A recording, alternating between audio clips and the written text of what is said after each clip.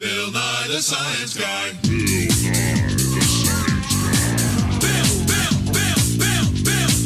Nye the Science Guy. Hi, I'm Allie. And I'm Anna, and we are presenting on climate change and biological diversity.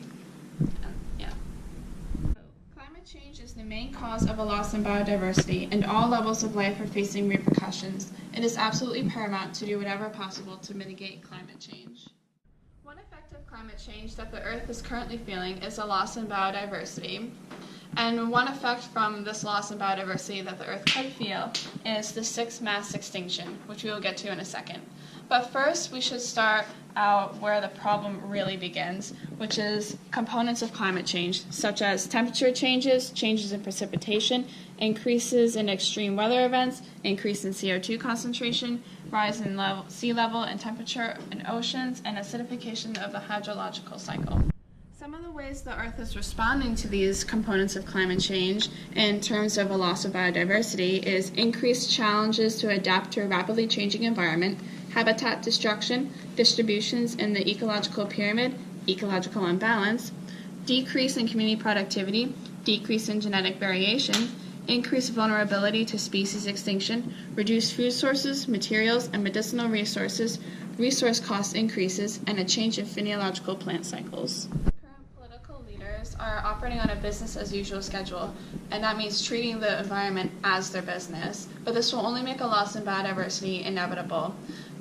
Political leaders often do not address climate change as they are afraid of losing voters. However, instead of authorizing the Keystone Pipeline and cutting NASA funding once they are in office, political leaders need to put more effort into mitigating this problem in order to save Earth's biodiversity. The sixth global extinction. Historically, there has been 5 massive extinctions. The one we currently are in is human-induced. Species are going extinct currently at a rate that's roughly 100 times higher than normal. There's 5 main causes. Climate change. The heating up of our planet is causing coral bleaching. This is a really negative impact, not only for biodiversity, but also for the people who depend on coral reefs for food, like fish and stuff. And the reefs also protect them from storms. The second cause is agriculture. The amount of land we use for livestock, crops, on top of the human-occupied areas and suburban areas, there's barely enough room for any wildlife to exist. Orangutans especially are on the brink of extinction due to habitat loss and fragmentation. The third cause is wildlife crime and trade. It's a $91 to $258 billion industry. People get involved with this type of crime because it's low risk and a lot of money. Hazardous for both animals and people involved. Many exotic animals die because the people who purchase them, usually for their ego, don't really know how to properly take care of them. The fourth cause is pollution. 9 million tons of plastic end up in the ocean each year. Animals can't properly digest this plastic if they don't choke on it already. And the last cause is disease, and amphibians face the greatest risk for extinction. Is there hope?